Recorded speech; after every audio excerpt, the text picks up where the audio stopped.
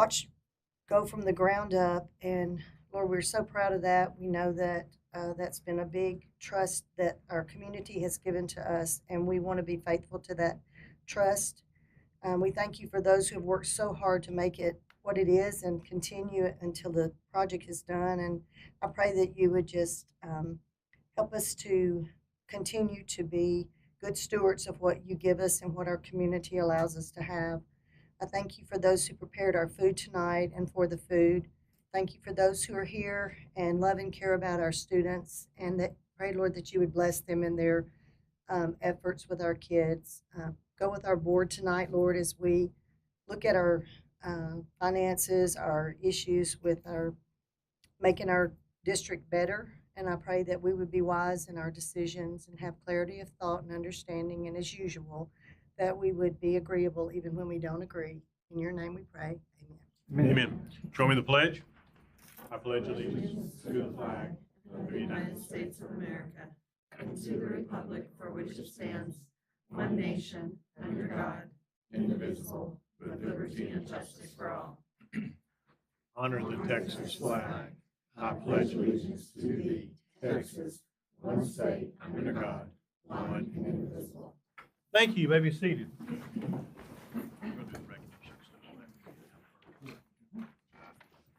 Next, we have recognitions. All right, so campus communications, I think we canceled, right?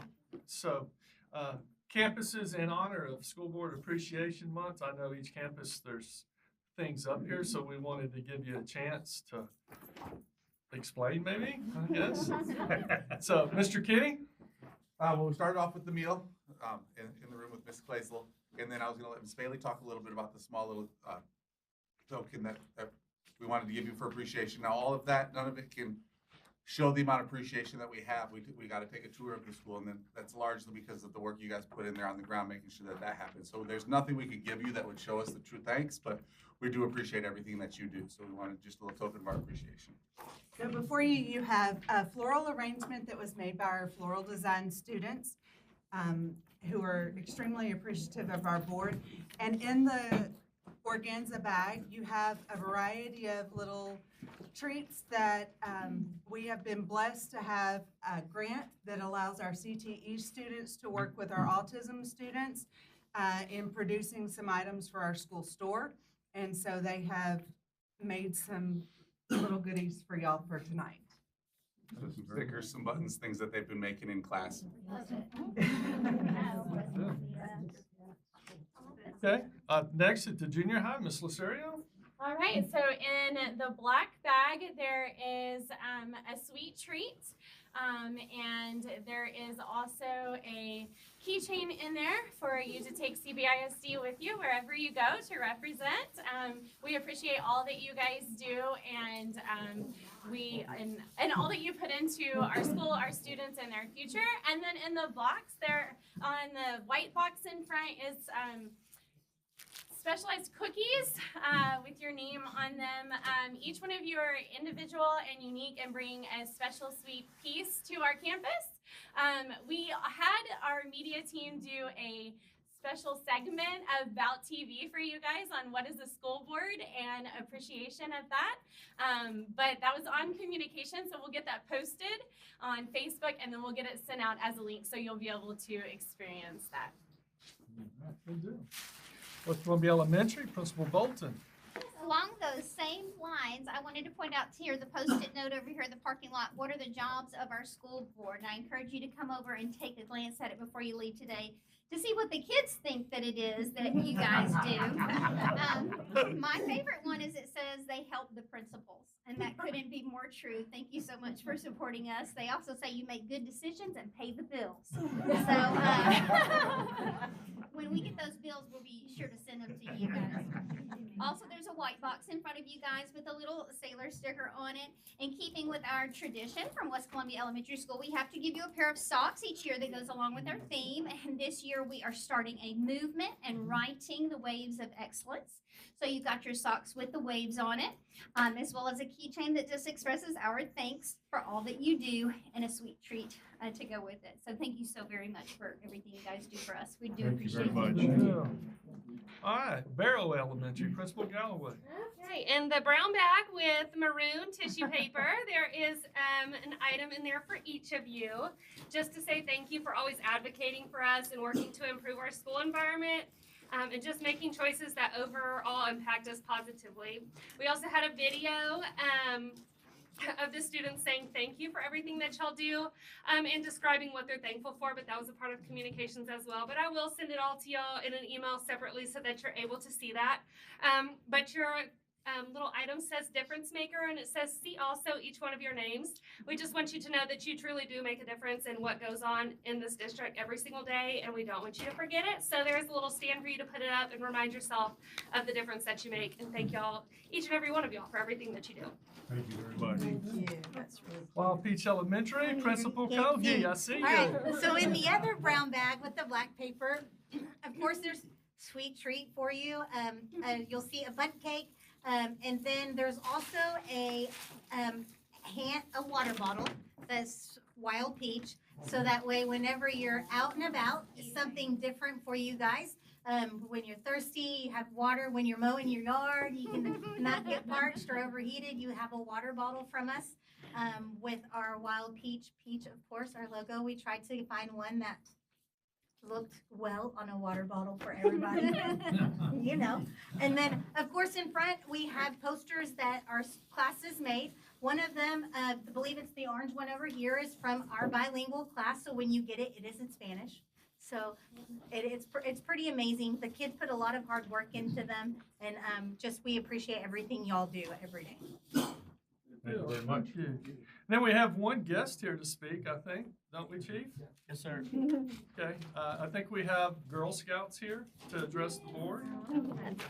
We just wanted to, I didn't hand these out beforehand, but we just brought you some treats also. Saying thank you for all of your support and your outreach program, and we appreciate y'all letting us be a part of everything. Thank you so much. It's an honor. Cookies are the best. Thank you very much. Thank you, thank you. Yeah. Yeah. And so before we move on, though, again, the principal said it best. Thank you for everything you do. But I would like for everybody to know how long you've done it, because some of you have done it a little bit longer than most. So, Mr. Broussard, would you let the audience know how long you've been doing this? I'm on my 5th year. Yeah. Mr. Broussard is an officer with Houston Police Department. So anyway, first responder, thank you that. Mr. Sisson, you do a lot of things. So, I'm on my 6th year, so yeah, I'll be getting another 3. good deal. Mr. Sisson is just re-upped. He's running out of posts, so we will not have an election. So yeah, he's on for 3 more. Well, thank you, Mr. Sisson. Ms. Danford is not here tonight. She'll join us next month. Mr. Champagne, you've been doing this a while. Be 21 years in May, and my predecessor's in the back, Jenna Reed, that's filed in my position and run unopposed. So congratulations to you, Jen. Thank you for being here tonight. Mr. Cresta. Completing my first year. Yeah, Maybe. maybe. Ms. Hebner? Finishing my 20th year. Yeah. So, good deal. And Ms. Gocher? 7? Yeah. So as you can see, it's a fabulous board, and one of the things that I tell y'all, I actually get to speak to the Aspiring Superintendent's Academy every year at Region 4, of which Mr. Kenny's a part of. Ms. Bolton's been a part of it. And so Mr. Miller was a part of it. I was a part of it back in the day, but I get to go back and speak. And a lot of it is centered about board relations and how you do that. And, I'm in my 14th year as superintendent here, and just that dynamic of working together is interesting. But when you have people that stay on, right, 21 years, 17 years, 7, and, it's amazing, because for me, and when I was the high school principal, Mr. Champagne's kids knew Mr. Cresta's, Ms. Hebner's, Ms. Gocher's later on. It makes a whole difference when you have people that are committed and you're here, and it's not it's not a one-time business meeting. It's a business meeting that's happened over 14 years, and you grow and you can talk history and move on. And even like Ms. Hedner said, agree when you don't disagree. You really understand that we all have things we want to do and what we all think is what's best. But it's been amazing. So thank you all for what you do. And I tell Mr. Kenny can attest. I tell him you think you're coming to the country, but when you come into a board meeting with our board members, you get a whole lot more than you're expecting when you drive into West Columbia, Texas, right? So so thank you for what you do, and thank you for what you do to our staff and what you do for our kids. It's a pleasure to work with you. Thank you very much. All right. Very kind. Thank you.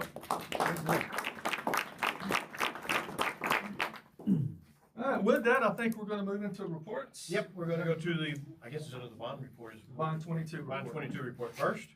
So with that, Mr. Virgil, are you ready? Yes, I'm ready. So we're going to start with Virgil, just so we have, this is Virgil. You haven't seen Virgil in a while, but he's been working hard. We've been communicating, but also in the room tonight from Dramala, we have Brian Shannon and Nate Hutchinson back here. They were with us on the tour. So they can see you. Yeah. And PBK, who's left from PBK? Sophia Dusek, Edgar Nunley, and John Soraya? Siri. Siri. There Like you Siri. go. So as Virgil works our way through the report, they'll be here to answer any specific questions that we might have. Absolutely. Well, thank you so much again for having me here and being on this contract, on this, keeping track of the budget. I just wanted to say that the project is going really, really well. I hope you all enjoyed the tour, seeing what's coming. We're approximately about 80% in. And with that, and what we did, looking at the numbers, our construction contract total is still about the same. It's holding firm. All the other numbers are the same. What's in this, down in the notes, we included the tennis project in this budget. And that has actually been added. It's not changed the numbers. It's just been absorbed in the numbers. And more importantly, there's about $5,296,455 number of dollars contained in the budget. It's owner's contingency, contractor contingency, and allowances. So things are moving very well with the dollars, and we're really ahead of tracking. Our spending is behind, actually, I should say ahead of the work that's going on, which means that we're going to really have a great finish to this. On the back, I put a current schedule just to give you real quickly an idea of what's coming. Like I said, we're 80% at this point. The job is really starting to, it's already gained momentum, and we're really looking toward getting things done at the end of this year. So you'll have your gym parking lot around the end of May, the gym courtyard around the end of June.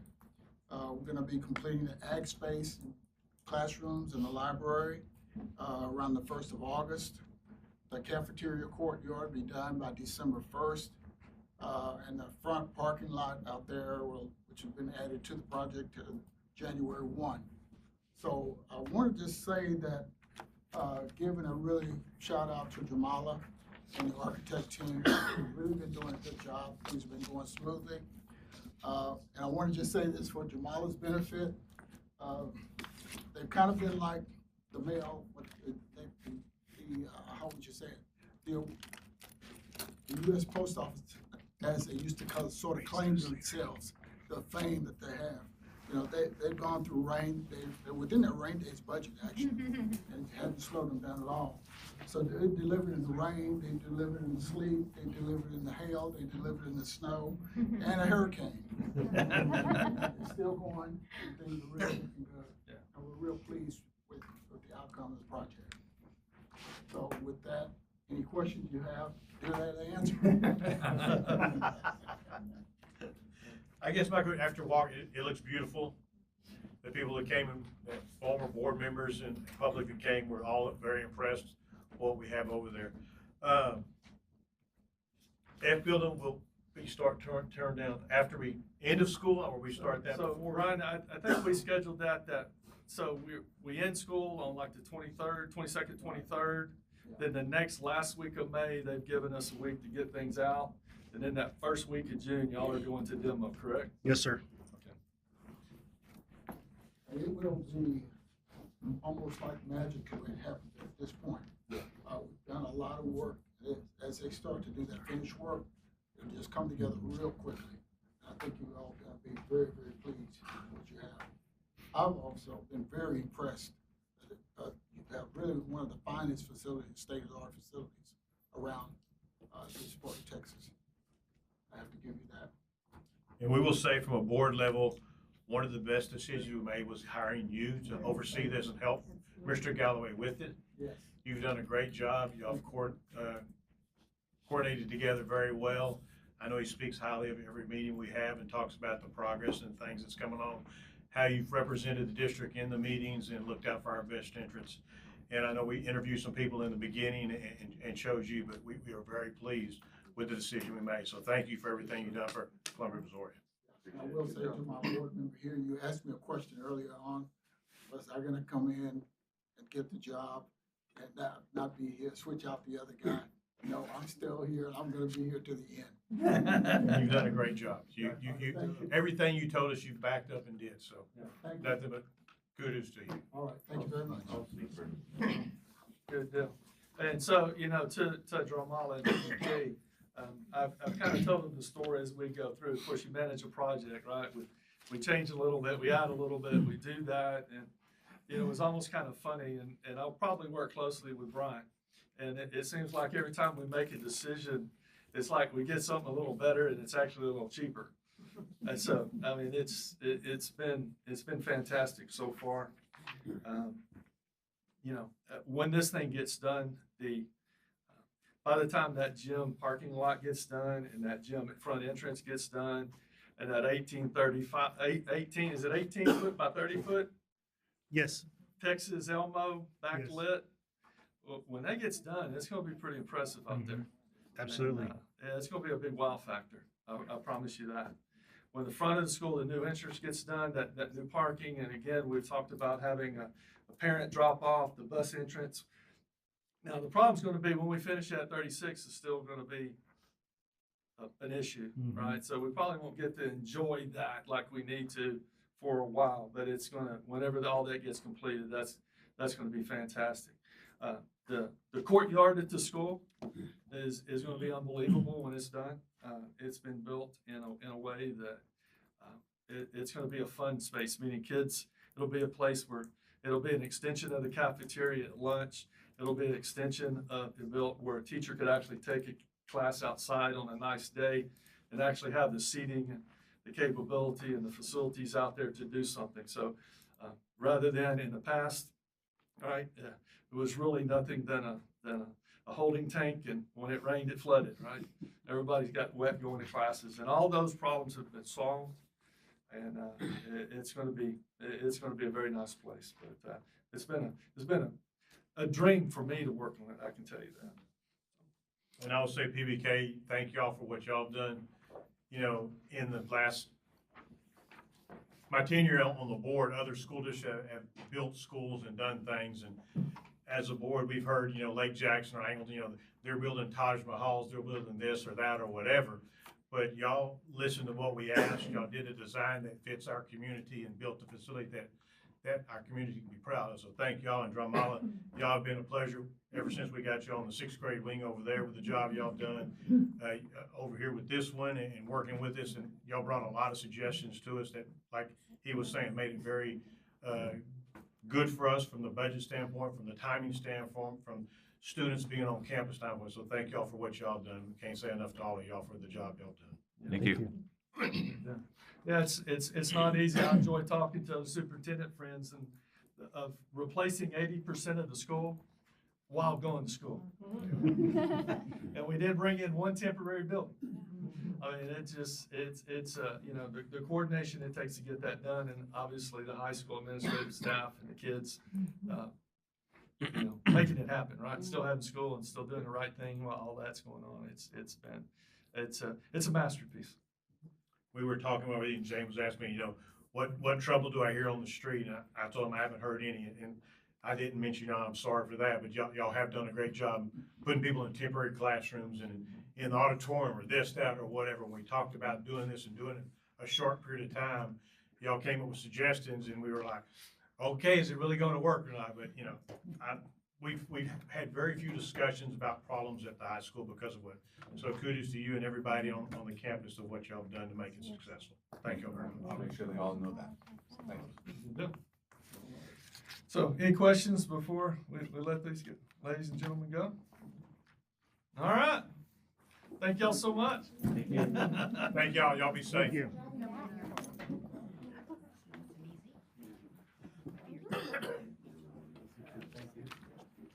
With that, I'm going to drop down to action item number 2 to consider property and liability insurance renewal, since we have some people here for that one.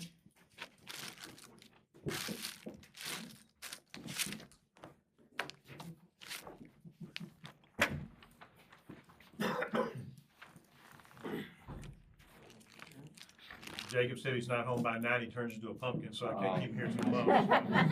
I knew there was something His coming. mother's here, I don't want nothing happening to him, I'd be irresponsible. Well, good evening, Board of Trustees and Superintendent Galloway. Very pleased to provide what we believe to be good news this year. Before we go through the numbers, I just wanted to spend a little bit of time to rehash how this process works and what our approach is to the market. So we typically start the first week of October, about 5 months in advance, where we start pulling analytics data, your statement of values, running it through modeling, and getting everything ready for the submissions that we provide to underwriters 120 days in advance, where they have a nice, clean package and they have a good understanding of what they're looking at in terms of property values to provide insurance for.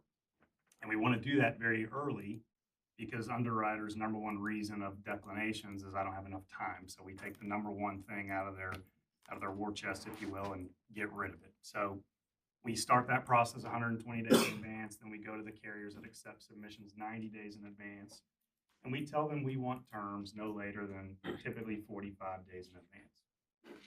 Historically, everybody has met that timeline. The last few years, when the property market was really hard, that was hard to obtain. But very pleased to advise that the market has softened dramatically this year. That's mainly due to a lack of natural disasters, mainly hurricanes in 2024, and some more capacity came into the marketplace. More capacity means more carriers willing to provide insurance. More carriers willing to provide insurance means more competition and drives rates down. Does all of that make sense in terms of high-level marketing? Yep. Okay. Do y'all have the document that was provided? It's attached. Okay. It's That's attached. right, we're back. Yes. Perfect. So this first column on the left that starts with lead carrier, that's just sort of the outline of what we're going to go through. The next column is the current program in place today that is set to expire March 1st. So if you look at the rateable values, we're $119,742,000. We have a $20 million loss limit. That means the most that the insurance carrier is going to provide to you in insurance on one occurrence is $20 million. Anything over that, if it's a natural disaster, we'd want to support and go to FEMA and try and obtain the funds from FEMA. We have a $25,000 all other perils deductible, 1% minimum $500,000 on wind hail, 7.5% for named storm with a minimum $500,000, and a $25,000 boiler and machinery deductible, which we'll talk about the change in deductible on that line item. And the total premium for property was $826,076. The next three columns we have are the three options that we're providing this year. Option 1 is the same exact structure as last year, except the values have now increased by $22 million.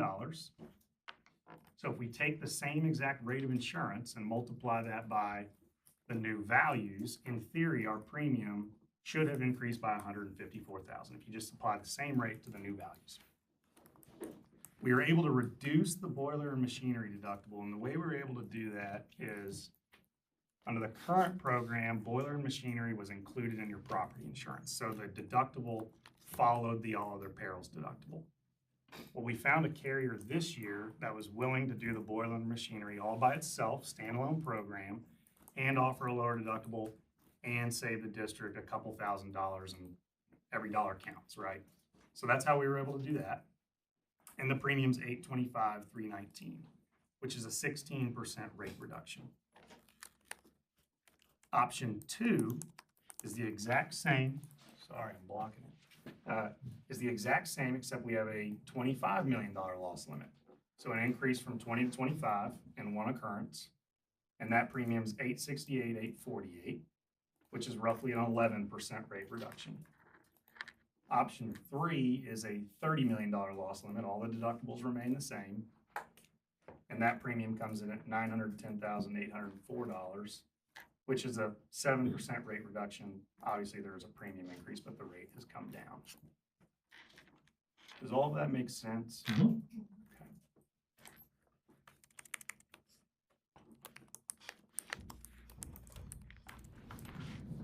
So my question is, several years ago, before y'all took over our insurance program, only one time that I remember, we were able to get them to give us like a 2-year, 3-year period. I don't remember what it was. Yeah. Is there any chance of that today? It's like a 2-year rate guarantee, something Yeah. like that. There is, but I don't think it would make sense, and I'm willing to put my neck out there on that. I think the market's going to continue to soften. If we don't have major hurricanes again, I would fully expect to be walking. I mean, you had the flood that went through North Carolina, all So up there. We did, but what we learned about that was a lot of that was NFIP and FEMA based. A lot of folks in North Carolina didn't buy flood insurance because they just didn't expect a major hurricane. So you have a great point there, but the wind capacity, if you will, wasn't as impacted as Hurricane Harvey down in Rockport. So as long as we don't have another event like that, I So the expect hurricane we had here in July, Yep. with all the trees down and everything, I know it was very devastating down here. I don't know how it was for the rest of Texas, but what did you see in that one from that standpoint? So I think what we learned on that is if that was a Cat 3 hurricane, this part of Texas is in trouble. We were very lucky it was a Cat 1, because it would have been pretty detrimental. But I would, You don't feel like the claims from that one was enough to justify a change in the market? We didn't think that we didn't even have a claim on our school district. so the We way- did. We had a bunch at the phone company, so that's why, there's a lot of houses that had a lot of different things. So all these carriers negotiate their reinsurance because none of them are retaining all of the risk. They negotiate their renewals January 1st. So we were able to see very early on that all of these events that happened in 2024 had no impact on their reinsurance rates. Okay. In fact, they all had decreases. So I don't think it'd be very beneficial to lock in a 2-year rate guarantee. I really don't. Carriers haven't jumped out to extend those lately, but if we don't have these storms, I fully expect to be walking back in here next year with more rate reductions. And what I don't want to do is enter into something and a carrier say, well, y'all agreed to a rate reduction. I mean, a flat rate guarantee. What's your thoughts, Julie? My concerns are that last year with the 20 million, with our buildings like they were, we were insuring only at like 16, almost 17%. And now we've gone up. And what's not factored in here is when we added the gym, we had to pay another $37,000 to get the gym, the new stuff covered. So we're gonna have to pay more to get this other covered when it comes up. So that But we're- extra 37,000, is that included in the 826? Okay, so that's what we paid last year, and then we paid the extra We paid when that additional. went up. Yes, and so it's not included, so we're gonna have to pay additional when this new part's coming up. And while our budget, if we go off current year law, our budget's not gonna change, but we'll only be insuring the value then only like 14%. And then I just wonder, and then if something does happen, and then they say, well, why didn't you insure more?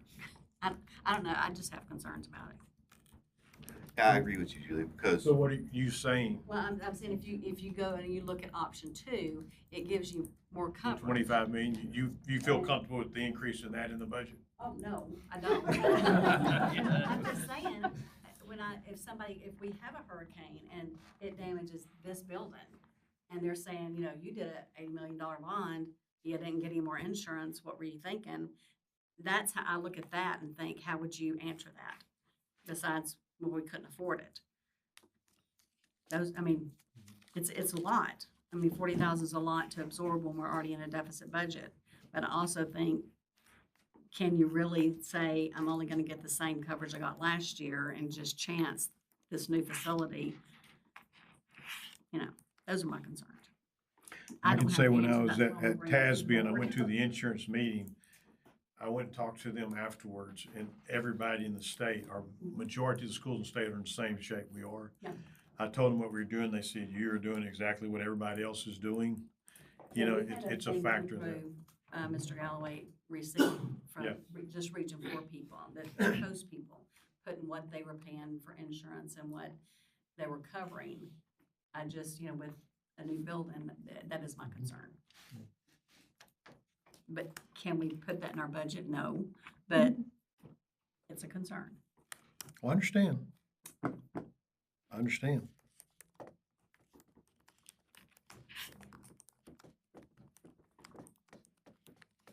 Y'all still feel confident that if we hadn't lost it, we'd still go to FEMA, we'd still get a loan, we'd still do whatever that type of situation to go over the excess on that? Yeah, I agree with what Tasby told you and what Julie's saying. Every district is facing this, and I Yeah. know there's some charge down leading out of the coastal bend area to try and help from a legislative standpoint. And he's referring to Representative Hunter out of Corpus Christi. Yeah, and that's what she said. There's been a gaining information of all the, if you want to call it, tier 1 schools and what it looks like. Yeah. Theoretically, the new high school addition, I'm not as concerned with the hurricane because it's built to windstorm standards today. If we have a problem, it's going to hit Barrow probably the hardest, or Wild Peach. The high school, we may lose a little roofing here or there, but I don't think we're going to, it's not going to knock down walls or whatever from the structure standpoint. I wouldn't think from that. And that is our biggest most expensive school. I think the biggest exposure concern would be not necessarily a hurricane type event, because I think everybody's approaching that as, if we have a major hurricane and there are a lot of public entities with damage, everybody needs to send in their damage amount, and then we chase FEMA dollars, and we would put you in contact with a firm that's all they do to get you out of the FEMA business. The concern is the Alvin ISD elementary tornado, a random tornado that hits a school dead on. That's not going to be a FEMA reimbursable event because it's not a widespread event. So that's where you, in my opinion, you start to look at limits and does it make sense and not make sense. And as long as we understand why we're buying what we're buying, I don't think we can make a wrong decision, because as soon as we start increasing the limit, well, there's a premium consideration to that. And as we continue to add values, there's a premium consideration to that. So I think out of any of these options, y'all really wouldn't be making the decision out of line with what your peers are doing. right, you're not seeing any districts do a total loss. Oh, no. For like even the $80 million school that we're building right now. Maybe Central Texas, where carriers aren't as concerned, Yeah. they can get full limits, but there's no school along the Gulf Coast that has full limits. So has Moat Casey come out with a temporary run based off of the 2 bills that's been put out there yet? No, everything I've listened to is say that if you're working on your budget, you do it based on current law. So the issues are, the House hasn't really put anything out yet. You've seen the Senate version.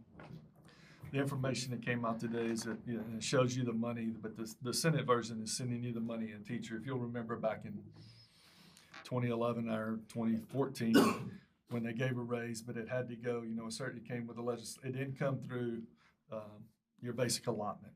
It came through a designation, meaning you had to pay a teacher this much. And so that's where that's at. But at the end of the day, you know, when we get raises, that's money we're looking for. So if we get money, that means we've got money to give raises. But we're still looking for others, right? I mean, that's what I'm saying. There's still, there's a lot of money in that, but if money doesn't come another way, and the only money that comes is tied to teacher raises, it really keeps you in the same position. That's what's worrying me. I mean, they're Right. talking us being our 5,000 students, giving a $10,000 raise to teachers with 3 years experience or more. I mean, how many teachers we have? 350? Teachers right at 200. 200 teachers? So you're talking, I mean, most of them have over three. I mean, we have a few not, but you're talking $2 million or whatever it is, just off of that. Yeah.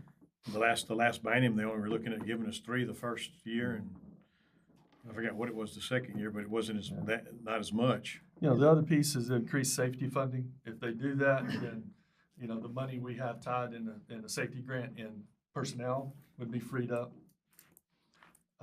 You know, obviously the money they're talking about giving teachers raise. I mean, we have 200 teachers and 275 other employees.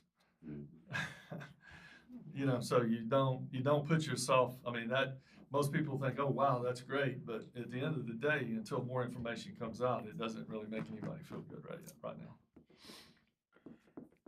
So I think I asked this last year. There's no way to get an umbrella policy for anything other than a name storm? What do you mean by that? So wind, hail, covers everything other than a name storm. So just have no name storm coverage? We don't have that, but like an umbrella policy for, you know, just for everything other than a name storm. So have a higher limit for everything outside of name storm? Yep. 20 million for a name storm. Those policies do exist. You can.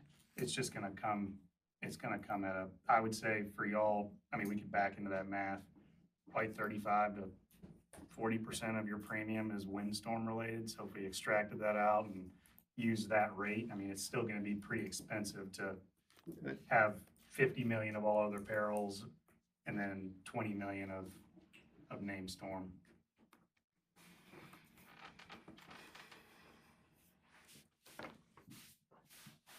I would lean to option 1 personally, just to keep it for the budget on there.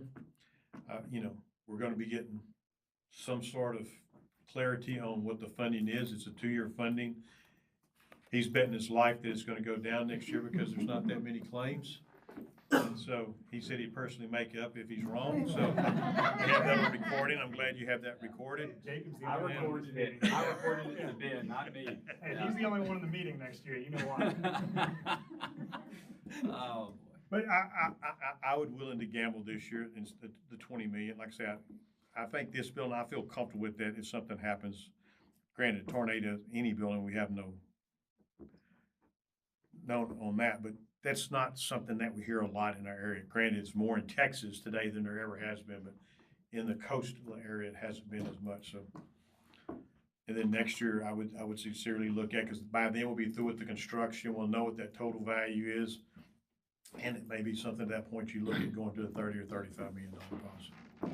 But that would just be my Keep in mind is as we make improvements to our properties and we have new buildings and we're removing older buildings, that improves our risk to underwriters. So we're already in a soft market and we have new construction coming on. So that helps you. In reality, you're in competition with your peers when it comes to buying insurance. So it improves your risk profile versus peer groups when the majority of your schedule or percentage of your schedule is newer construction versus older construction. So it helps with that as well. I know it's a 1-year thing, but if the legislators do come in, if the gentleman from corporate does get us some more money, is it something we could look at in June, July, as far as changing the policy or getting a sub-policy to increase for something like that or something? You can absolutely increase limits.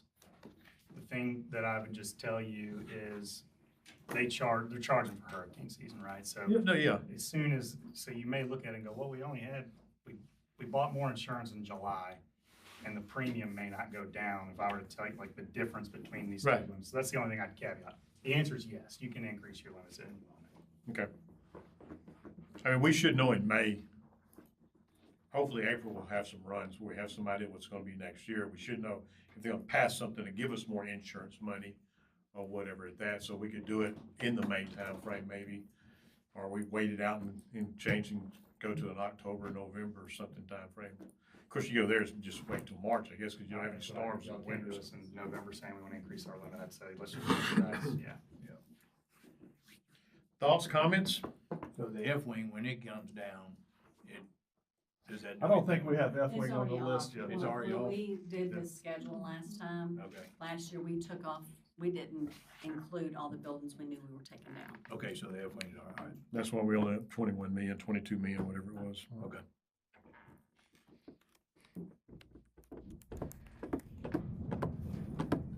You okay? You want to go with option one? I make a motion, we approve option one of the presentation that they made here, premium of $825,319. Second. Second by Greg, all's in favor? Any opposed? That carries.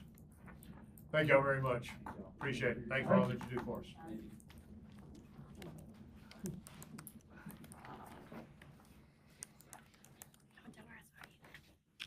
All right, so we go back up to maintenance report. Yes, sir. Mr. Williams. First thing I want to bring back up is the mechanical and lighting project we had, last we discussed. We were waiting for the third-party engineer's approval. That has been issued. We have that now. It's in the hands back at Seco to approve their approval. So with that being said, then that should happen. E3 should have that back from Seco by the end of the month. And then from there, we'll start getting contracts written, getting everything from manufacturers and the suppliers, start collecting everything together so that we can get rolling on that. So that'll start taking place pretty soon. You think that will start in the summer when we're out of school, changing lights and things out on that? Yes. Do you think that's something they can do as far as inside the classrooms over the summer Oh, yes. period of time? Yeah, that shouldn't be any issues. And at some point, even if they get to, hey, we're ready to start and they're not finished, they'll do like they did at Wild Peach a few years ago and work at Do nights. some nights. So, Don't want to do it doing testing though. No. Be sure they're through with testing, that Right. all the schools. Yeah, fully stocked. anytime that we need to give them the heads up, hey, do not be here this week or this day, they can adjust their schedule accordingly.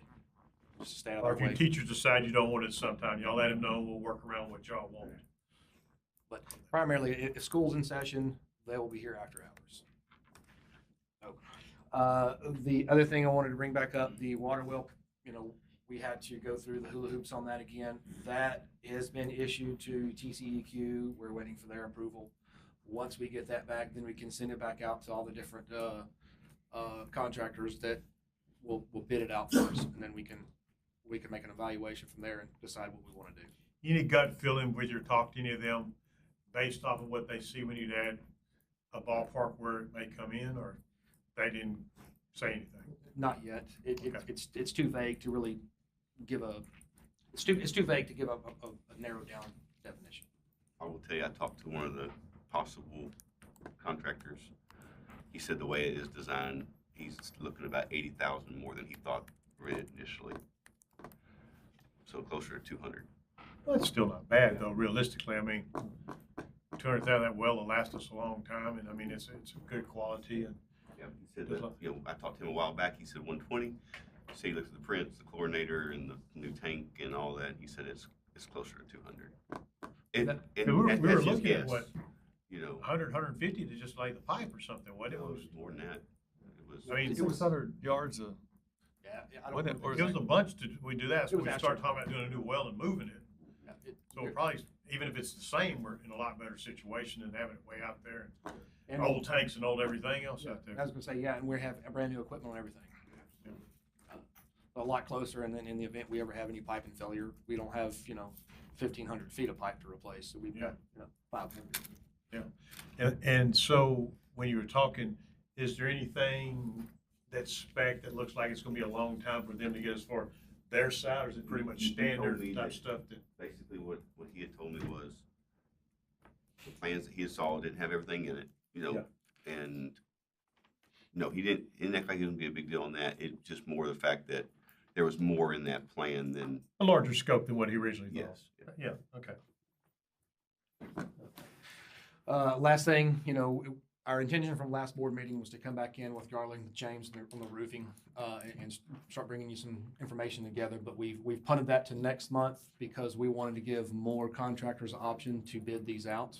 As a matter of fact, last week, we did a pre-bid walk with 6 different roofing contractors, which are all approved through their, how they vet it. But each one of those is also on either some type of buy board co-op, TIPS, Omnia purchasing, so they're already vetted in that as well. Those bids are due in to us next Thursday, and then so from there we can read over them, decide which ones we want to go with based on all the different criteria, schedule, pricing, whatever. And once we decide that, then we can kind of get that lined out so that we can get it started on it. Refresh my memory, we're talking about West Columbia Elementary And the junior high. and the junior high, Yes, just those two. Correct.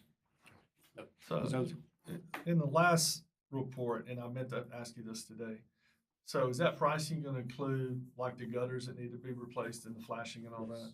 Okay, so that's it, we're not gonna get an additional later. No. That's gonna be included, right? We were very adamant with these guys, make sure this is included, Right, okay. et cetera.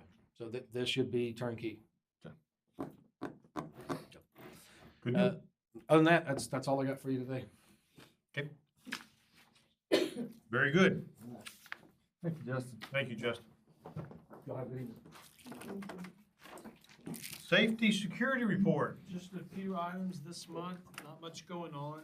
We did have our fall safety and security meeting the last week of January. Had a good crowd, good representation of all our first responders. Truly appreciative that they make time to come and visit with us and discuss the safety procedures, policies that and practices that we have in place in the district. I'm sure, again, can't say enough for for what they do for us, and they're wanting to be here and participate and make sure our kids are safe. So that went well. We'll have our spring one here in April. I'll send that date out when it gets close, and would love for you to be able to come and participate in those meetings. I know Mr. Champagne's come before, and I know Mr. Broussard was actually acting member of the committee for a long time. So be nice to hear what's going on and just listen to what everybody has to say. If you have time, we'd love to have you. Number 2, we talked at the last board meeting about the AEDs that we purchased district-wide. Those are in. We're putting a plan together to get those out. We've identified what goes where and how many is going to each campus. So actually, Amber Analysis is leading that project, and we look forward to getting those out to the campuses here in the next couple weeks. And then we'll be putting some work orders with Justin to get the wall mounts mounted as well, because we did get free wall mounts for all 30 AEDs. So last thing, we did submit our EOMs to the state in the fall. It's taken them forever to get back. We did get them back. They did have us make one correction to our cybersecurity plan. We've made that correction, and our emergency management plans have been approved by the state. So that's a good thing. That's all I have for this month, other than Chief's report is in your folder for the month. If you have any questions, Chief's here, and I'd be happy to answer any questions that you might have. How's everything going, Chief? Everything's good. Get your things ordered last month? The burners, we got them ordered. It just, like anything else, they're getting high demands from all of Texas, so he didn't give me a time frame. So it's been a couple Last of weeks meeting, we now. talked about a policy for them burner guns. Is that gonna be coming out anytime soon? I'm sorry? That policy for them burners? Yep. Mm-hmm. Is that coming out anytime soon? Mm-hmm. Yeah, I've already got it. I gave Mr. Miller a copy of it. Of course, I'll implement it once we get them in. We gonna get to see a copy of So Chief's, if you want to call it, his operational guidelines will not come to the board for approval. So that's more or less, I mean, he has guidelines that he has to follow that you don't have any authority over. They're not in our board policies. Correct. Yeah, they're not in our board policy. So I guess what we're asking is that, are you gonna in your handbook for your department, are you gonna have a policy that talks about use of force, or what are you talking about, right? As part of the use of force. Then once we get the burners, everybody gets trained and everybody gets a copy of it. They sign for it, that they've received this. So if something happens later down the road, they say, well, I didn't know that. No, you signed for it. So can you at least send us a copy on the Yeah. Friday letter so we can at least read it and know what's, if someone questions, hey, we heard, reading the paper, y'all got this or that, we can say, yeah, it's, it is a police thing. It is separate from the board, but this is the thought behind it or something like that. So, and I'll check. Let me reach out to that. I don't, that's one of those nebulous things. Yeah, Like be sure. State law says Doug has to report to me, but I don't get to tell him how to do his job. I just get to tell him whether he gets a paycheck or not, right? I don't get involved in anything else. So let me double check on that it's safe for me to share any of that, because in this day and age, the last thing I want to do is put out information that gives somebody. No, I agree what we're 100%. doing. I agree 100%. Yeah. And if not, maybe next meeting, you could kind of give some highlights of what's in your policy as far as usage or whatever. Absolutely. This is what I'm doing as chief, that y'all can't say nothing to me about it. Thank you, Doug. Yes, sir. Texas Academic Performance Report. All right, so this is one of those, there's a handout. I know I sent you some things in your board letter, but there is a big handout in your maroon folder. I did send you some, a lot of times, given that the accountability system's been messed up for the last 3 years, I know from your standpoint, it's been kind of hard to, what in the world is going on? We look at our goals, we look at how we're doing, but how does that compare elsewhere, right? So I did send you some information in your board letter that used the taper results, and it kind of, I used the local district and showed you that comparison, and I think what I wanted you to see was that if you think back to 6 years ago, and you were looking at, or 7 years ago, and you were looking at how things were trending versus local schools. And you look at, after the reorganization, specifically what we did with Wild Peach and making it an early childhood center, and the idea was to make a difference, if you remember, make a difference at the elementary level, so that we give them an opportunity to be more successful as they grow. Well, hopefully, as you think of that comparison, that when you look at our scores from 3 through 5, what I sent you was compared very, very, very well against some of that local competition. Meaning, are our kids on a level where they are? And I think you should be really proud of the fact, and that the data shows that you curbed the trend. So I think that's important. Now, as you saw, as we moved into junior high, we were not as favorable. When we moved to the high school, we're less favorable. So at the same time, that tells the junior high that, if you look at the 6th grade, that improvement model needs to continue in the 7th and the 8th as they move up, and especially at the high school as they move up, right? So it's not that what's happened at the elementary level, we expect to keep happening, right? Because the data's there that it's happened. So I did tell you that this is a taper report. We are required yearly to do a public report.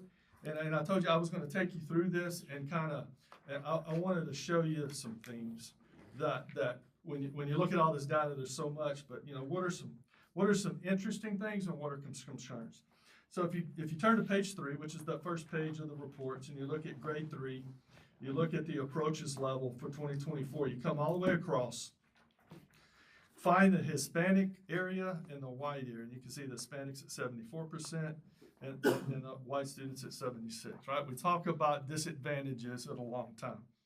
So what we're showing is, African Americans a little behind, but at the 3rd grade level in reading, you can say that 75% of the kids in the 3rd grade level are at the same level. So, when I'm looking at this, that's fantastic, right? Equality, right? Are we reaching all students? And that tells you we're doing a way better job than we used to, right? Again, if you'll turn to page 4, if you find grade 5 mathematics, You come across the same thing at the approaches level for 2024. If you get to the Hispanic and the white, if you'll notice, the Hispanic students actually outscored the white students 81 to 80. Do you see that? So when people ask, are we doing a good job? Are we reaching all the students?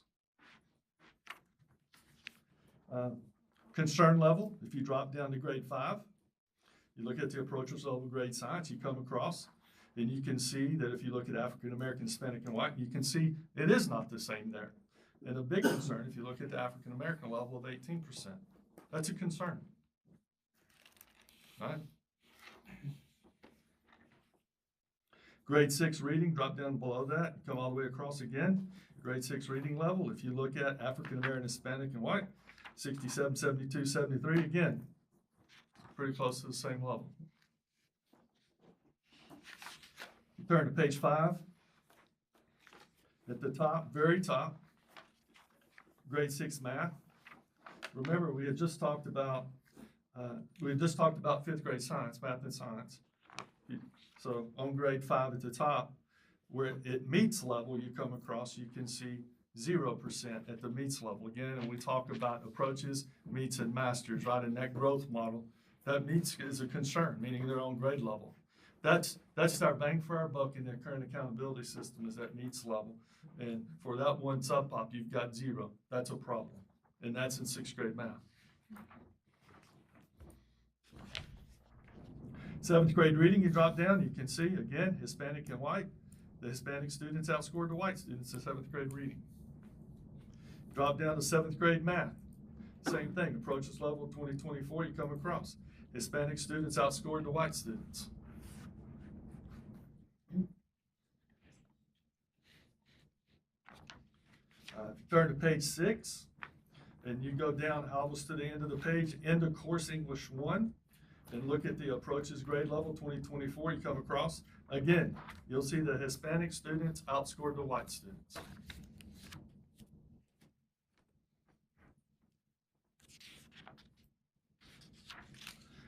Turn to page 7. One of the bright spots in the district, and especially at the high school, the bright spot for the district is 5th grade math. When you look at accountability, 5th grade math.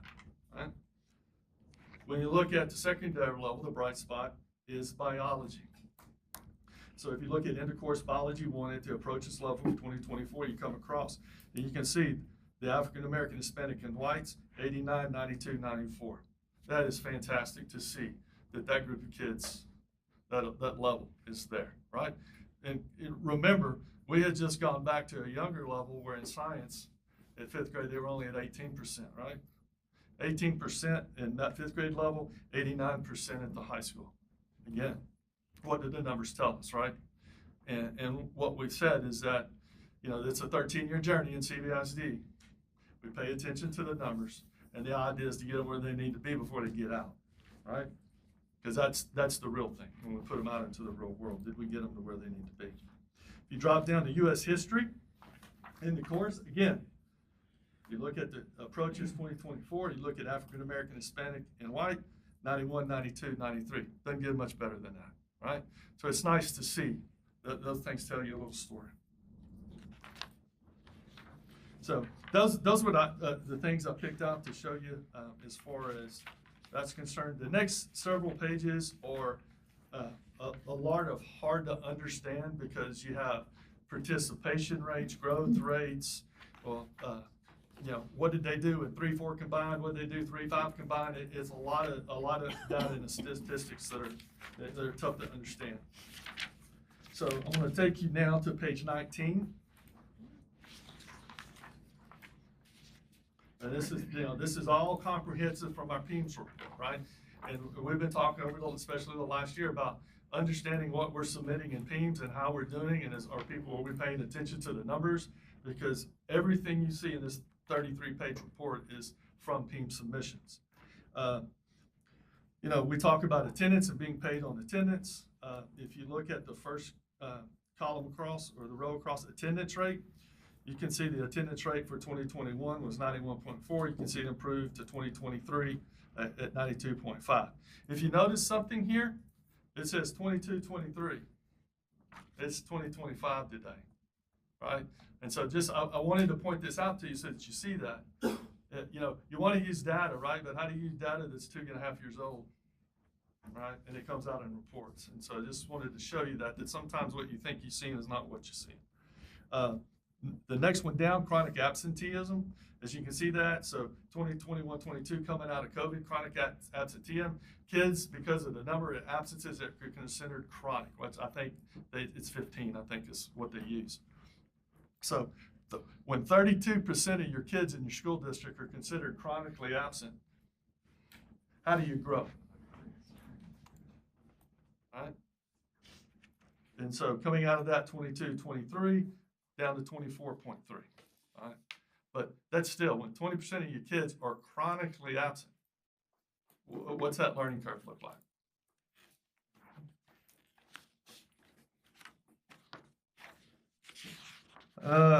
I'll take you to page 22. 22 is a very interesting page I like to look at every year. This is your graduates, your Columbia High School graduates from the 22-23 school year. Breaks it down by ethnicity. You can see what kind of diploma type or what kind of endorsement they received. You can see how many special education, how many economically disadvantaged, how many at risk, how many were CTE completers.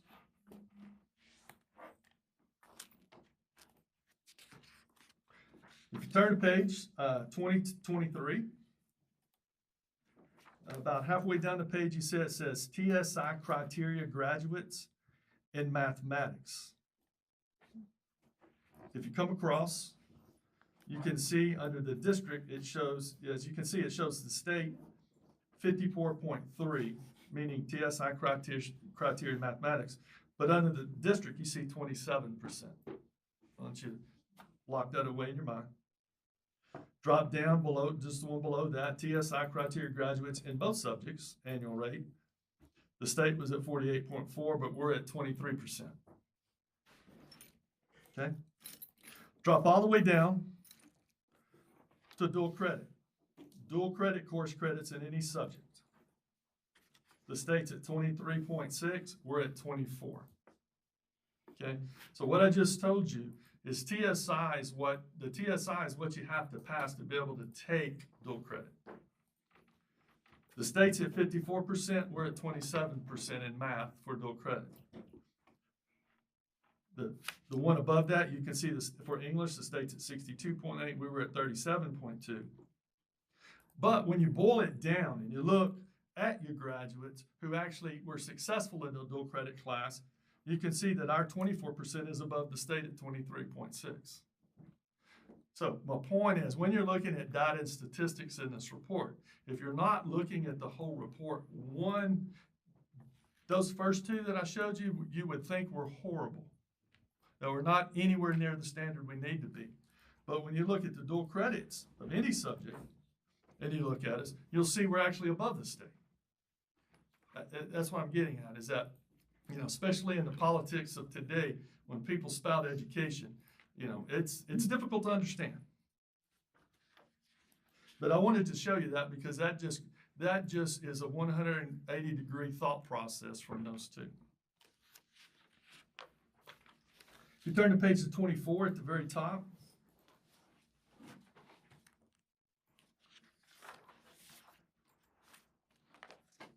you'll see improved industry-based certification, annual graduates. And you'll see for the 22-23 school year that 39.8 of our kids that graduated passed an approved industry-based certification.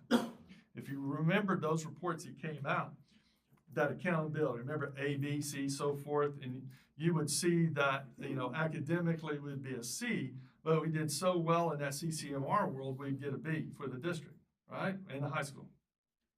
Well, that was one of the reasons that the accountability has gone away, is the lawsuits filed, because that same letter, that same number that would allow us to be great, all of a sudden they changed the rules after everything had already been done, and we would have gone from a B to an F.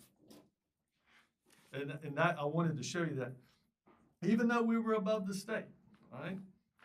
That's what would have happened to us. We'd have gone through a B from an F had that accountability not been put in, or a D probably. But we were very concerned about that, right? Because the rules changed after our kids were already gone for a year and a half, right? When the rules changed. Other things, page 26. Ms. Bailey did this report. It's the SAT, ACT results. If you look for the 22-23 school year, you can see that 79.3% tested in the state of graduates, but yet 47.4% of our kids tested, right? And we've all talked about, did they test? How do you know? Did they submit their grades? You know, what's a test? Did they take the test, but they don't submit the grades and only submit them themselves? How does it show up, right? And so there's a nebulous game there. But again, data tells you who you are. And we've always said, right at 50% or a little over 50% of our kids go to college. And of that 50%, 25% go to Brazosport College. That data hasn't changed in 20 years, and I wanted to show you that, right? Now, coming out of COVID, right? Kids haven't had to take the TSI. They haven't had to take ACT, SAT, right? Some schools have actually done away with it, right? You know, the world's changing. I think, Mr. Miller, we've gone from the top 10% get in to the top 5%. Right. Yeah, so the rules of the game are changing. That's just to get in, not to get into what you want to do. Just get in, right? Yeah. Page 28. So page 28, if you look at that, that is a membership of all students in your district, right? You go from early childhood all the way down through grade 12. It gives you the data, meaning, you know, that's important for us because we have to look at, as our group of kids move from one grade to the level, what does enrollment look like, what does staffing look like for those kids as they move up. It gives you a breakdown. What does the state look like? What do, you know, looking at percentages, are we on? Do we have something in common? Under that, it gives you the racial breakdown, male-female breakdown, then it also breaks it down into economically disadvantaged 504, and so forth.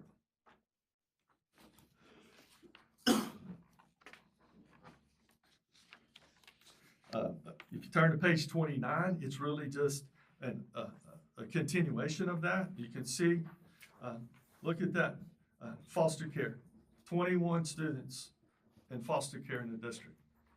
How about the next one, homeless? Whoever would have thought there are 105 kids in CBISD considered homeless? Okay? And that's why looking at this is important, because you wouldn't think that.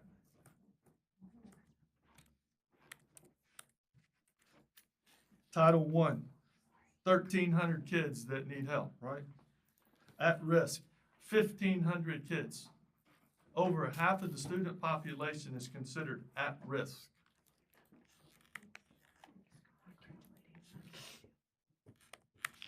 Below that, look at, you know, special education. 18%, right? Think back to, some of you have been on the board, and you can think back to 8 years ago when we would go through this. If we had more than 8% special education kids, we were actually deemed on this report in our accountability. So back in that day, if you had going to accountability, you were allowed exceptions. And so sometimes special ed kids get exceptions on the test, right? But you were only allowed a certain number, that 8% number. Anything over that, you may have a kid that was special ed, but because you had so many others taking the test, that anything above that level was considered a failure in accountability. So I'm just showing you that wasn't that long ago, and it was this fictitious number of 8%. And when that cap was lifted, and you say what you say you are, and you do what you say you are, you see the real number is 18%, right?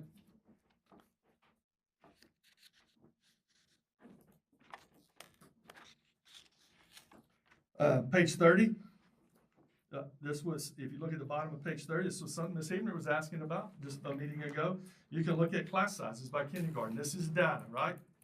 So when you look at the data, we label in our teams, we label teachers as kindergarten. And then we have kids that come to school and we label them as kindergarten. You just take the pure data. It doesn't include SPED, it doesn't include anything. Just number of kids versus number of teachers, and what does that class size look like, right? And so you can see 18.8, the state's 18.4. But that gives you an idea. You can look at what does our data say versus what the state data says.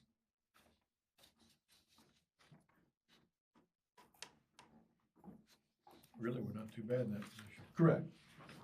The problem when you look at this, it's 2 years old, right? Yeah. It's 22, 23, right?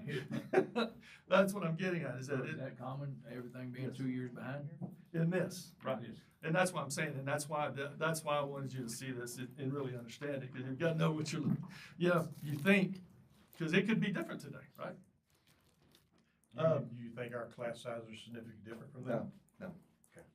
No, I do not. Here's another one, page 31. This is your total staff.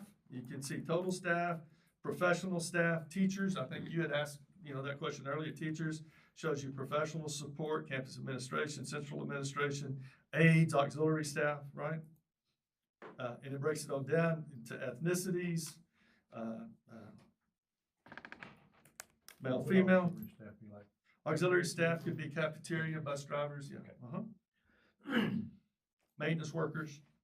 Now, what we found, because we go through this, is that sometimes, as an example, let me show you. Go to teachers held by highest degree down there, and if you see where it says no degree, comes over and it says we have 4.4 teachers with no degree. That's not the case. That's a PEIMS error. And so when I look at this and I see that, I'm like, oh, I got a job for you. And what it boils down to is we have three teachers that were educational aides for us. And as they got their bachelor's and their certification and they became teachers, the original PEIMS input that said they had no degree didn't get changed in the system, right? And so that's where PEIMS-wise, we have to do a good job of taking care of that, right? Because that makes that data look bad, and it's not the case.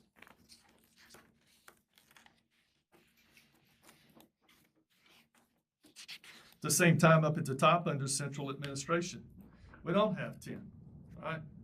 We have, through PEIMS coding, we have 3 other employees that are not in the central office that were coded as central office employees. It's a simple mistake, right? But we didn't catch it when it was submitted 2 years ago, right? So we have to, and those are things we're cleaning up, right?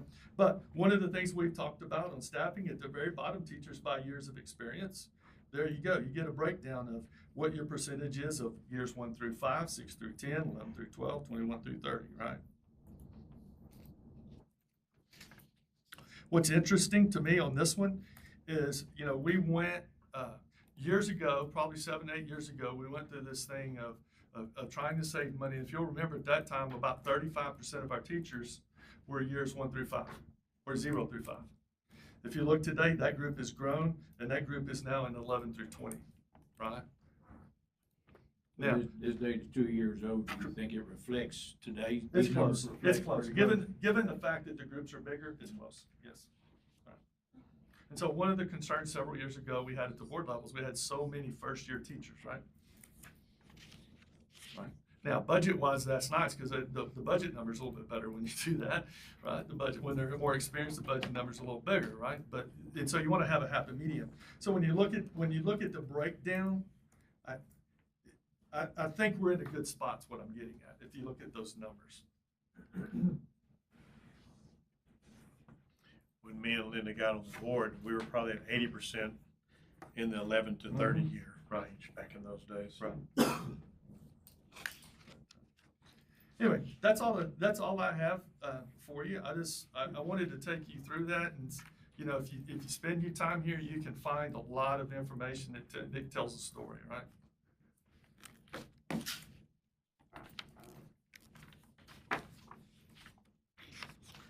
I will say, just looking at it, one of the main goal as a superintendent evaluation is where we're at the third grade level. Correct.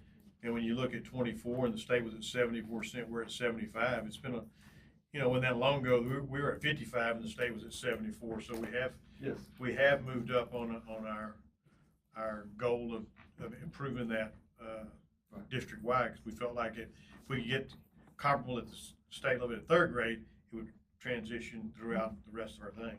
I guess the thing after what you brought up tonight that kind of sticks out is once you get up to the fourth grade, that's whenever last year when you look at our different sub-pops, most of them were a lot higher last year than they were this year, especially in our African-American section, that's kind of disturbing that some of them have dropped so great in 1 year at the fourth and fifth grade level. Correct. And if I look from third grade to fourth grade, that didn't carry over from a good number to the next year.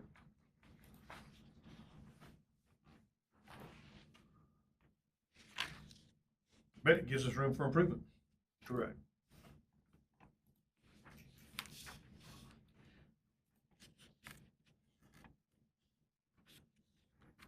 Would you say out of our three population groups, would you say that the number is holding steady in each one of those groups, or is one growing and one's diminishing, or is there any correlation to that? So historically, if we go back in the past, we saw higher levels and then they dropped in the middle. And in high school, they rebounded a little bit. The current trend shows you right now that same thing's happening at the elementary level, but the elementary's bumping a little bit, right? Fourth grade's an issue. You look at fourth grade's been an issue across the district. We got to find a way for that to stop happening, right? Fifth grade, right? You look at the comparison, fifth grade doing really well across the district, right? So it'd be nice if we could bridge that gap, right? Nice thing, if you look at sixth grade's actually up. We've been down seventh and eighth. It would be nice to see this year and the next year that trend changes, right? And then when we get to high school, several years ago, we dipped and we really rebounded at the high school. But what we're seeing, we're not up in the high school, especially in the ELA and the math, right? ELA 2, we've done good. We've made big gains. That's nice. But it would be nice for us to go from a low approaches number in English 1 to a better approaches number in English 2. What would be better would be good scores at English 1 and a lot of kids meets and masters at English 2, right? And that's where we got to get to. And so our improvement that we need, science and social studies seems to be doing okay. One school may score a 96. What's a 92?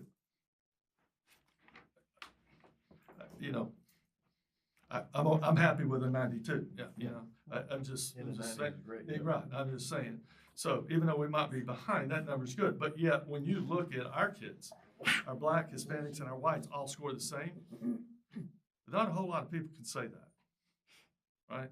We've talked about how accountability's changed of where, sub-pops, if you didn't have a certain number, back in the day, you didn't have 25 of these, they didn't count on the test. All 24 of them could fail, and they weren't in accountability, right? That's kind of changed a little bit. So that's nice to see. While we may not be happy that the score is not as high as what we want, you have to take some pride in the fact that they're all scoring the same. Because that's a battle. That in itself is a battle. And so you can't not recognize that that's important, right? One of the things I wanted you to see, because quite honestly, there's a sub-pop in there that if we really wanted to have high scores, there is a sub-pop in there than a lot of other districts that carried them. And in our district, that sub-pop doesn't carry it. You know which sub-pop that is? That sub-pop is the white student.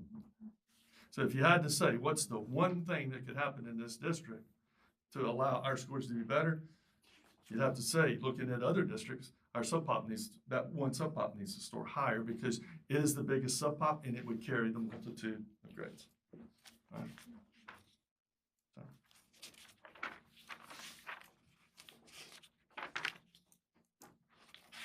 But at the end of the day, you go back to look at the number of at-risk kids in the district. Look, what we're telling is kids are kids. So how does that determine that risk? How does that? So at-risk could be failed 2 classes the previous year, failed a STAR test, maybe has an educational handicap of some type, maybe he's on free and reduced lunch, right? There's other factors that could have, that could deal with their family situations and stuff that could get them into that. But it's meaning this is a kid that this kid's path has obstacles in it, right? And that's what that is, whatever they may be, right? And so that's one of the things I want you to notice. That's basically most of our kids share that, regardless of their race, share that.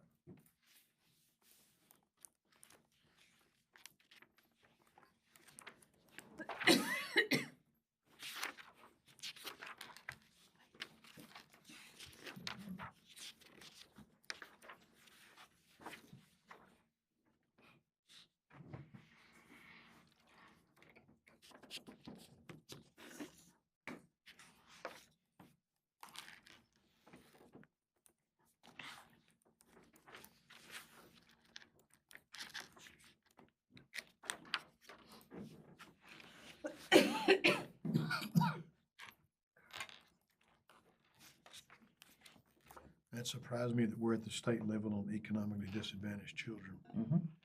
And so that's I one. thought we'd be higher than the state, to be honest with you. Yeah, but that's what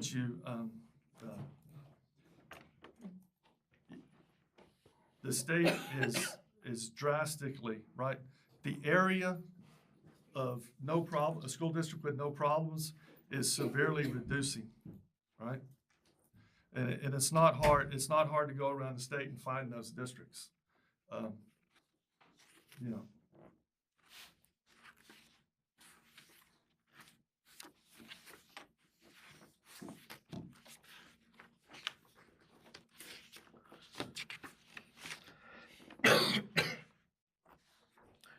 Any questions, comments? I'm just always blown away at the difference in like the grade that might come through third grade reading one year and the grade that comes through third grade reading. It just blows my mind that in one year, 2 separate groups of kids can have that drastic of a difference with the exact same teacher. So now we get into, and this is the part I love to talk about. So now we get into, was that the year the test changed? Yeah. You know what I mean? There's things out there that, what did the test go from 33 questions to 62 questions? Yeah. You know? Because you have you have some kids that, like, you have some classes that are literally at 0%, and then the year before it was like 50-something%. That just blows my mind.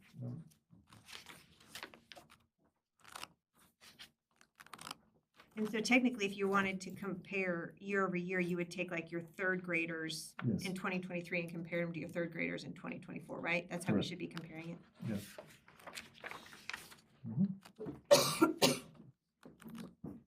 And unfortunately, probably over the last 15 years, we've never had the same test in repeatedly each year. If they pretty much change it every year, every 2 years, historically. And I remember a long time ago, got on what was it called? Whatever the test was way back in the 04, 05, 06 range. Tax. We have to change it because kids are scoring too high. Let's make it where they can't do good. And then they gripe because they can't do good because they made the test where you can't do good. So, I actually, the chamber West Columbia Chamber had an event today, the kind of a Vision 2025. I got a chance to speak, and I had a couple of great conversations afterward from people. And one of the conversations was about accountability. And I said, here's people project things, but if you don't know how to ask the second and third question and get the right answers, right? I was like, we're talking about the test. I said, most people think that when you develop a test that the group of educators sit around and we say, okay, here are the 30 questions that we can ask that will tell us if this kid knows this material. You would think that's how a test is designed, but that's not how it is. We've got East Coast corporations that come in with analytics and they put 30 questions on the test, but then there's 15 other questions that are focus type group questions, right, to see. And they're mixed in, and you don't know how they're mixed in, because if this is a question designed for a kid not to get right really hard, but he put it the first of the test, you could have a kid, if it's question 2, just gets flabbergasted.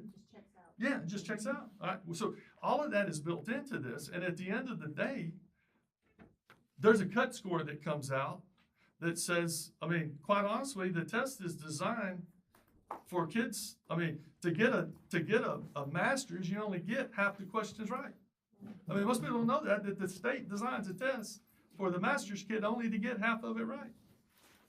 Nobody knows that, right? Because that's that second and third question. And that's why the accountability lawsuit was filed, because somebody's going to have some common sense at some given time, right? And then the 15 extra questions are put on there. If 95% of the kids get one of those questions right, it gets thrown out. If 12% of the kids only get it right, it gets thrown out. The ones in the middle stay. So the test, again, is designed to the middle, but they will tell you, oh yeah, it's designed for every kid to be able to master. No, it's not. When your state average is not even 50%, that's not for the middle. Right. It's like Right. curving in my But these things are hard to explain, right? They're just hard to explain.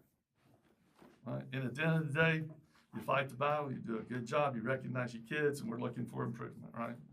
And so, anyway.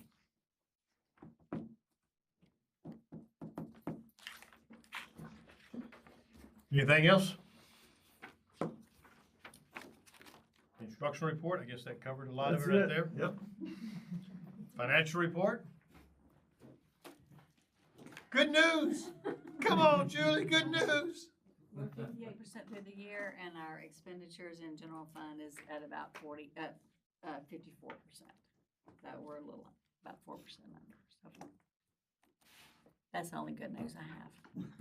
Sorry. Can't help you.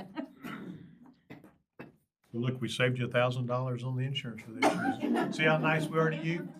You're special to us. For a few months. 40,000 more. Action items, set date to canvass trustee election returns.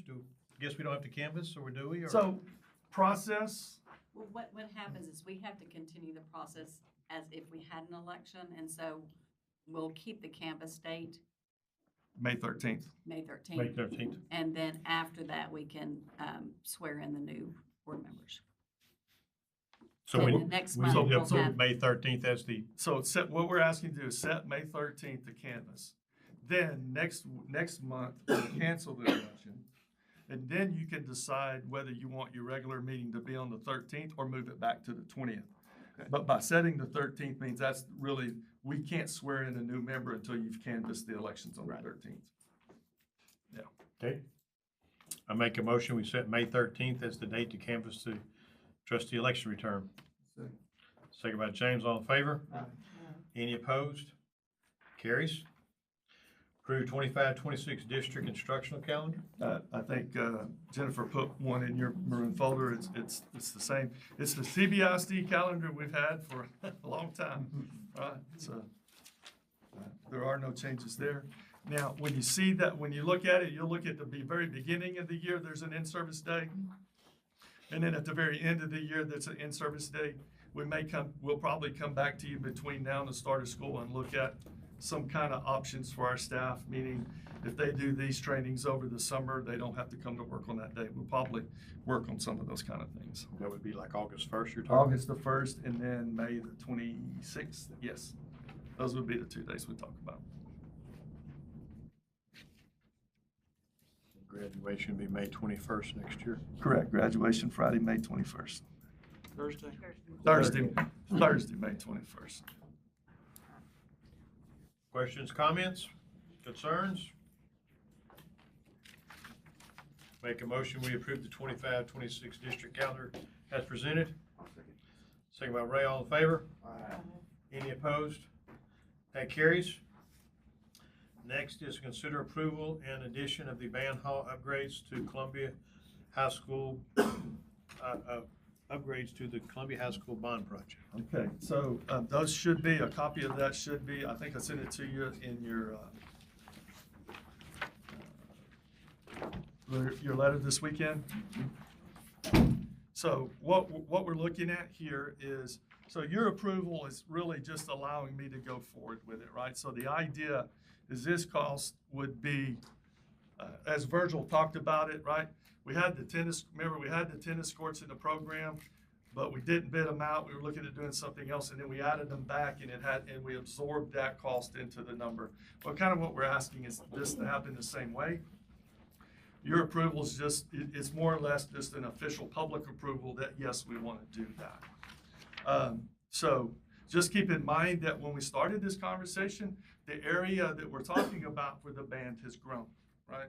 If you remember talking about when the structural engineers came in, if you were coming through that hallway in between the Student Center auditorium, when you got back there, there's a kind of little S-curve, and there's an exit out to the child nutrition ramp. And we had built a long time ago, talking about testing.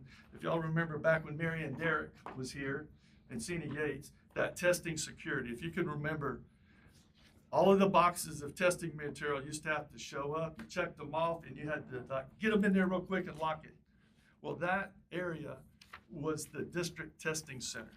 And then everything got piecemealed out and secretly delivered to the campuses.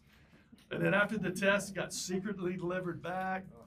So somebody would check the numbers and check them out. They get to the campus, they check the numbers and check them out again. Test the kids, turn them back in, check it, comes back here, check it again. And then UPS had to show up in the dark of the night, pick them up and get them to Austin, right? Well, that was the testing center back then, right? So all of that area where the book room is, above that, behind the wall of the auditorium, there was kind of a second level storage area. And so we were never really talking about those areas but as the structural engineers came in, they said, yes, we can do that, which means we're going to add about 25 to 30% more space to that band hall than we originally talked about. And it's going to be much nicer and much cleaner. And I think the estimate's like 4,000 square feet. I mean, that's huge, and it's awesome. And so the numbers for these two things are a little bit. So the first number you have, if you have that staple packet, shows draw model on the first page, that $213,777 is demo cost. The idea to come out and take out everything that was built in that area and just take it out, right? Sheet rock walls, doors, flooring, ceiling tiles, that second story storage area. And so when you get done at that, when we get done, basically the back wall of the auditorium will be the back wall of the band hall, right? Because that back wall of the auditorium is firewall, goes all the way to the ceiling. So that's the demo cost. Then if you look at the second page, which right now is an estimate, and this is the build back cost. And again, just like we did with our buildings, this is a worst case scenario. And you can see that $815,410. The biggest part of this is if you go up to line 6, 7, and 8. You can see there's a $30,000 cost, a $95,000 cost, and a $262,000 cost, all associated with electrical, right? Mm-hmm. That number could turn out to be that, or that number could turn out to be $25,000, right? But until we get all of that stuff out of the way, because what's happening, for those of you that may have taken industrial arts area back in there were exhaust fans, there were floors on the plugs on the wall, plugs on the floor back in the day. And so what's happened is all of those conduits and stuff are still run into that electrical switchgear. And there's so much back there that nobody knows what it is. And so the first cost is to trace everything. And so it may wind up where that's the final cost and we don't have to do anything because those are empty conduits or they're disconnected. Or it could be, it splits over here and we need to add it back. But that is a worst case scenario. Now, the expectation is that, we'll spend less than half of that. It would be the expectation. Long story short, it's an improved product, it's a better product, and again, I think we can work with it to get that down. And I would highly suggest that you give us the go ahead to go forward with that. If you do, demo starts next week. And the better part of this is hey, I'm telling you, the better part of this is that when we originally talked, we were only going to talk about just the new area that we were demoing. So when we talk about new lights, new carpet, new paint, we're going to come across and take in the current band hall. So when you get done, you're adding 4,000 square feet, and it's all going to look new. And forward to the current band. Correct. So when you do that, to me, this price versus what we were talking about and what we're doing, to me, is still just a great deal. And it's going to be ready when we start school in August. So one of the things that has to happen to that band hall anyway is because of the way the new design is, those band hall doors now are going to be exterior doors, meaning they're not going to be behind security gate fencing anymore. And so we're going to have to make improvements to those doors anyway, because they don't, quite honestly, you could walk up and probably jerk one out right now, and jerk one open. And we've got to fix that, right, for our security audits. So we're going to be spending money anyway, but that money is included in this cost as well. So I think it's something good. I think it's a great project. And again, we've got some areas back there that it's 1962 original construction, and it's just not being used for anything. And we're fixing to turn it into very profitable. And I can tell you, if we do this project when we get done, I don't see a day ever where CHS band would need more room. That'll be a huge band hall. There won't be anybody near us that has a band hall that big and that much space. And you talked to our band leaders, instructors, and they've seen the plan. As we've done walkthroughs, yes, they have been there as we've done walkthroughs. And they've given their blessing on what we're talking about doing. Oh, yeah. Storage and everything's built in, is that what? Storage, so we don't have storage. An additional cost would be the winger cabinets, right? But we don't want to pre-order winger, because when you order the cabinets, they'll come in and measure, and they'll say, the band's going to tell you, we need this many of those, this many. It's kind of like pins, right? Big pins, small pins. And so what winger will come in is they'll design it for you and tell you, we can get this many of those. And so we'll do that at the end of this project, but that's not a very big cost. And this is all that bond money, right? It would be all, yes, this would be a bond project. What Virgil gave us earlier, the variance from what the $79 million bond versus all that's 2.277 million. Right.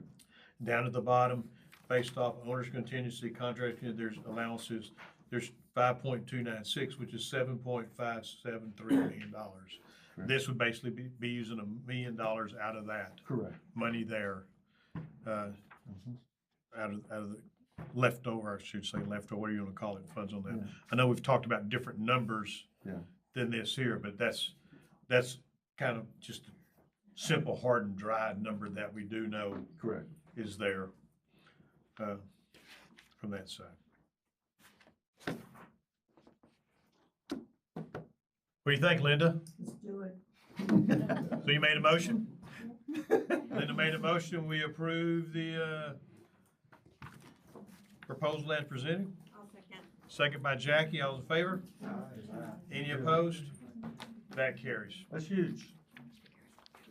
That is huge. So if we don't get all sweepstakes next year in band, we're going to be very mad as a board.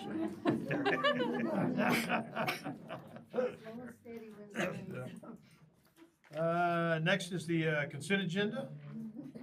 We have the approval of the minutes from January 28th, approval of budget amendments and donations, and approved countywide joint election agreement and contract with Missouri County for May 25 election services. Would anybody like any of those pulled? Do we have to leave that countywide election agreement in there? No, we don't have to have that approved. Do we need to take it out? Do we need to table that, or it's number 3? Personally, I think you leave it and approve it, because when you cancel the election next month, it'll void it out. It'll void it. Yeah. They already know we're not going to have it. Yeah. Nobody wants to pull. I'll make a motion. We approve the consent agenda. I'll second it. Second by Linda. All in favor? Any opposed? That carries. Anything else for open? No, sir. Okay, we will adjourn to the closed session pursuant to the Texas Governmental Code, the Open Meeting Act, Section 551.074, to consider the employment of professional personnel, discuss the resignation, retirement of professional personnel, and discuss the performance of personnel. We will reconvene in open meeting and consider actions on items discussed in closed session. Thank you all very much. World,